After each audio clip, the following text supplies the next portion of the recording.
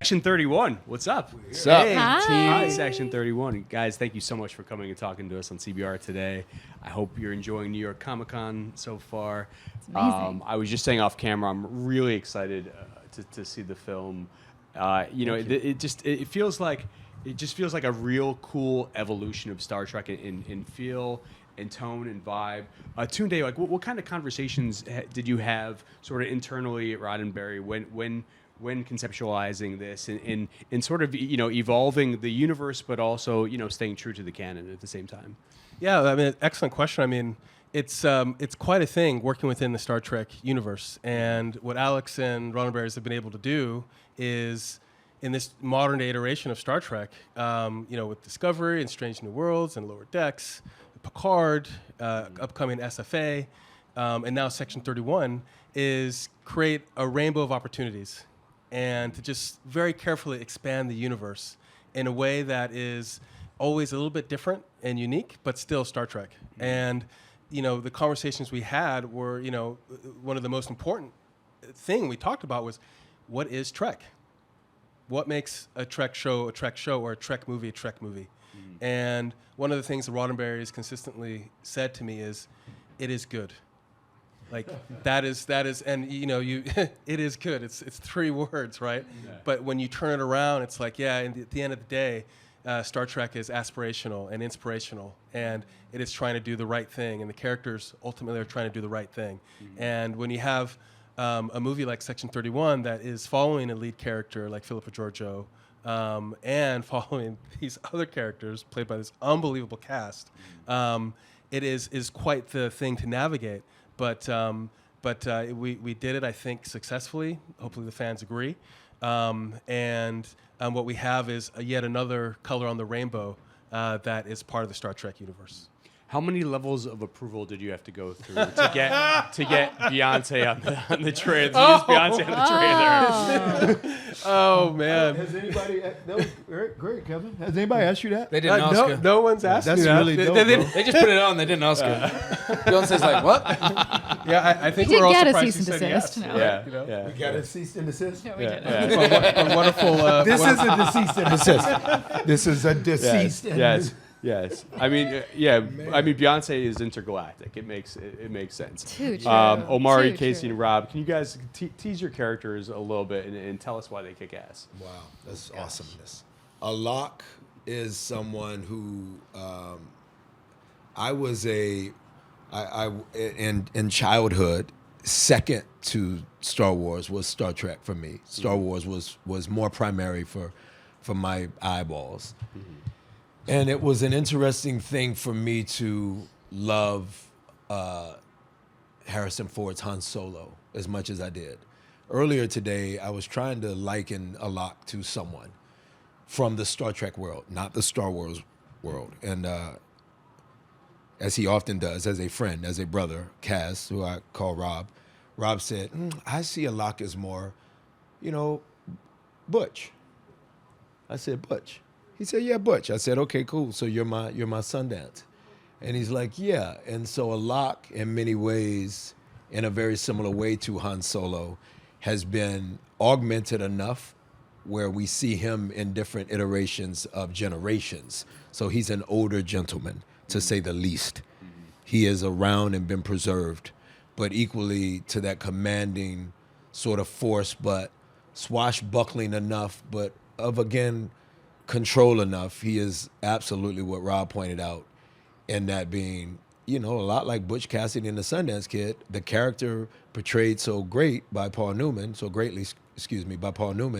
I see a lot of Alak in that. Today, 6 months post-production is when Rob said that to me, and to answer your question, I haven't been able to answer it in this way, that's what made him so cool.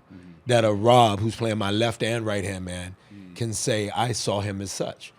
Because Alex Kurtzman and Tunde, they are asking for actors to join, but to bring their own thing.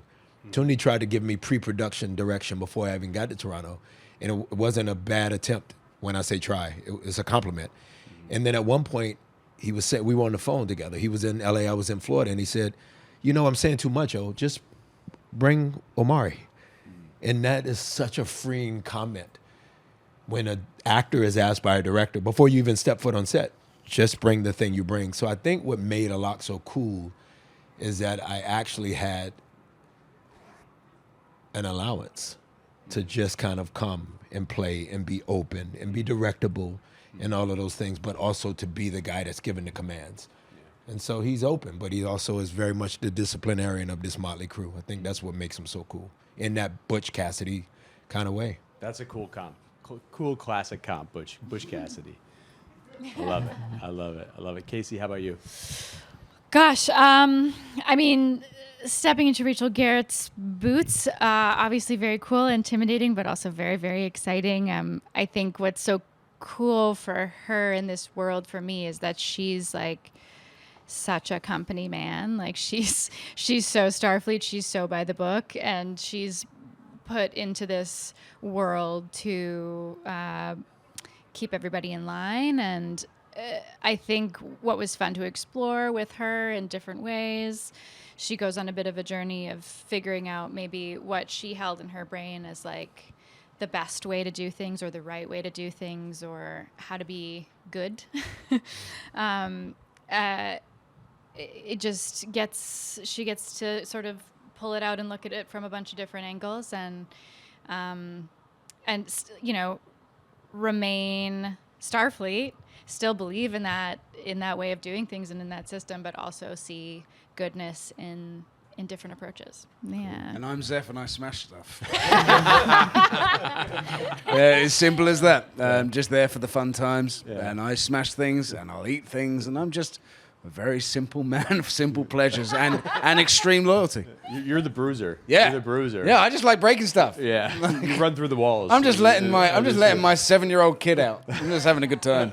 You are the Sundance Kid. Yeah, I'm the Sundance kid. Yeah, he did run through walls. I did run through walls. He actually ran through the wall. Yeah. He sure did. I certainly did.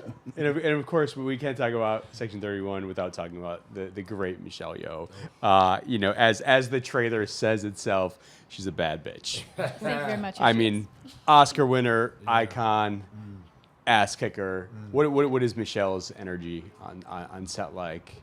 Still the dreaming kid that dreamed mostly of being able to leave the gifts that God put in her big ass bag to the culture, and not only our industry as a culture, but also to the world, and to give minority young women of all colors, right?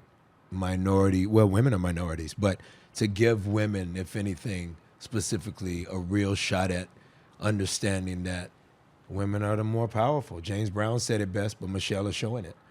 You know, it's nothing without a woman. And so she would rather that than the litany of awesome, adjective, descriptive, whatever that you just tossed her the lob of saying. She doesn't care as much about that. She cares more about people being able to go, if Michelle can do it, fill in the blank, ... ellipses, I can do it. Like that just, it's amazing. So modest, so humble, yet so Goliath. It's amazing. Generous actress, generous actor, politically correct, this stated as such. She's an actor who is hitting the tennis balls perfectly, man. She never takes off, constantly boom, boom, boom, boom, boom at it. Yeah, and I think you'd be surprised if you were to walk on our set and see Michelle and introduce yourself. You'd be surprised at how kind and generous she is and comfortable. You would feel comfortable around her. And, that says a lot. I mean, she cares for everybody, not just the cast either. Like, she holds the entire crew from, like, the guy guarding the parking lots to, all the way up and down, everything. She really holds everybody and cares about each person and, like, wants to get people home to their kids at night or their dogs or just their houses.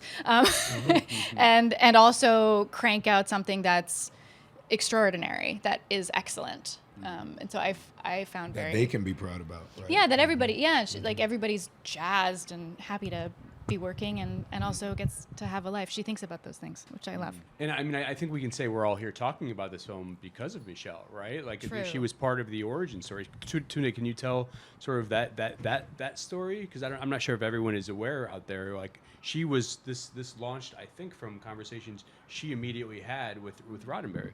That's right. Yeah, this was her idea, right? And she brought the idea to Alex Kurtzman, who brought it to the Roddenberrys and Paramount Plus, and they pitched it together.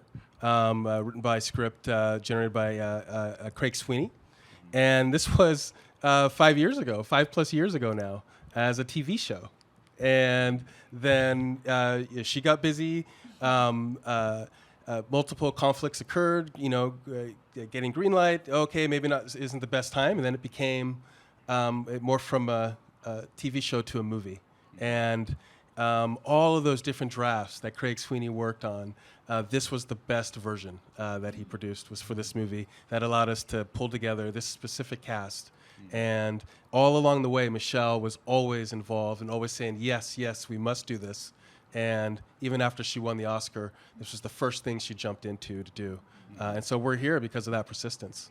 Did she bring her Oscar to set at all to show and tell? Did you guys have show and tell? It entered the room first. Yes, I carry this with me everywhere now. And then while in production, to that point, Kevin, while in production, Sam Richardson went off and won a little Emmy. Yes, he And did. then sometimes, Yes, he and did. sometimes he let it be known. Yeah. Of course. We celebrated it. We did celebrate. He was quiet about it, but we made him celebrate. One of the arguments that we had on one of the first days of set, we were sat around arguing about which one's a prettier statue? Yeah, Do you we want did the talk Oscar about or that. an Emmy or a Grammy? We did. If you could pick just one, Yeah. what would it? Yeah. Yeah. Fun fact, we learned that Sam had a shelf built, Yes. which I think is brilliant. Oh yeah. Like you tell our kids to write goals, right? Yeah. He built a shelf aware that he had the potential to be an award-winning artist, which of course he is, and That's awesome. is a super gifted cat. Built a shelf, and now his Emmy it's not a doorstop. If you It's build on a it, freaking the shelf. Emmys will come. Yeah. Yeah, it's Positive true. energy It's is the true. thing. It's true. That's amazing. I built a shelf for $10 million in one day. I mean, the tech and the starship, they're cool, but at the heart of any Star Trek story, of course, is the humanity, or even if they're not necessarily human, the relationships that we follow along with on these spacecrafts. And tell us a little bit about that, like as a cast, how coming on to Star Trek, which is so famous and celebrated for ensembles that you will forever, for the rest of time, sort of connect together. How special of an experience has that been for you guys as a cast to come together? It's amazing. Tunde, I said to Tunde one day, I said, man, I love the cast that you surrounded me with. And I was speaking individually because I knew what I brought to the table. You don't get hired to play a quarterback of any format, or fashion if you aren't confident. So I know that Tunde and Alex Kurtzman really were big on come and be what you are, Omari. But the greatest part to me was the cast. Obviously, the giant, the mountain, as we've already spoken about, is Michelle Yeoh, but granting us these humans, these individuals, to your point. Star Trek is about the line drawn in the sand. What side are you on, left and or right, morality or immorality? But in reality, when you give a cast, Kevin, that I enjoy to the point of wanting to go out and eat with constantly, by the time you get on set, bro, for even day one, you've afforded these cast members the allowance, if you will, to think of themselves as big as the project. You can't be, I just know 20 years in, you can't make the project bigger than your humanity as a person. So that was real big on me. And I was championing certain actors, and my castmates, the two here especially, were real big on supporting that thought. Certain cast members we had to remind, but you're as big as the project. Don't make yourself down here. Project can't get where we need to take it if you're making yourself down here. So the greatest of humanity is reminding human beings how human they are and how big and special and unique they are. It sounds corny, but it's a very unique opportunity to remind people, yo, you're special. I don't care where your mom and papa didn't say it. This is some special stuff that you're doing while on set. And we took that, and I think we're graduating Section 31 to a place where it'll be a bit more acceptable because of the chemistry amongst the cast. I think, coming aboard and entering the Star Trek world, like I really experienced with this cast and crew as well, the feeling that I think the show gives people, which is like there's so much goodness all around, and you are welcome as you are, to be all that you are. And I had that experience joining this world, absolutely, which was very cool. Yeah, I've worked on a lot of things, and I've never come across a chemistry that was so immediate and so perfect, and it was a really special like situation. And Tunde shoots with 3 cameras, and that allows for kind of improvisation and play and kind of things because it's all there in the 3, and it allowed the chemistry that I think that we all had. And I really can't underexplain like how special that felt on day 1 to have, like, we all just immediately were like, oh, we're best friends, and hugged and just surrounded each other for like the entire process. But all of that comes through the way that it's shot and the 3 cameras that we got to play with and the freedom that you allowed us to use to bring that out. And I think Section 31 is going to be the kind of, what's the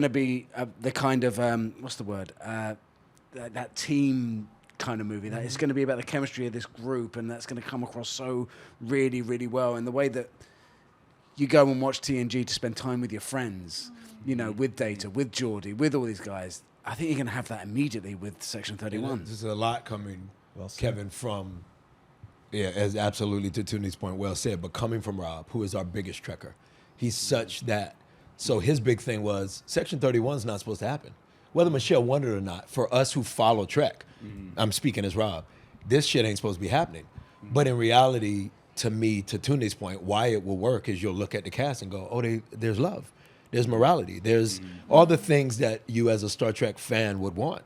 It's there because of and the crew was unbelievable. Can't say it enough. The stunt coordinators, Chris and his team, like, amazing. The fight scenes seem to be like love scenes, and they're fight scenes, bro. That's different.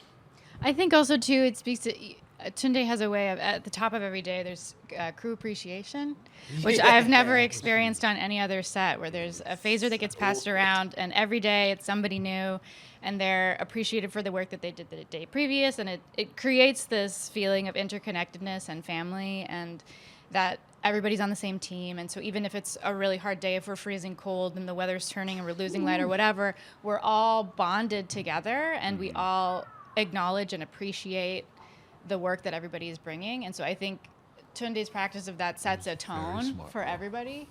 And I think that I hope, and I think it would come across that you feel that experience in what we ended up making. Great point, Casey. Yeah. No, I can feel the love all over. You guys are great. I do wish I came on set to feel that love. It's really great. Come on the next one, bro. It's a beautiful Next thing. one. Let's He said do it it. next time. Let's He said do it. it.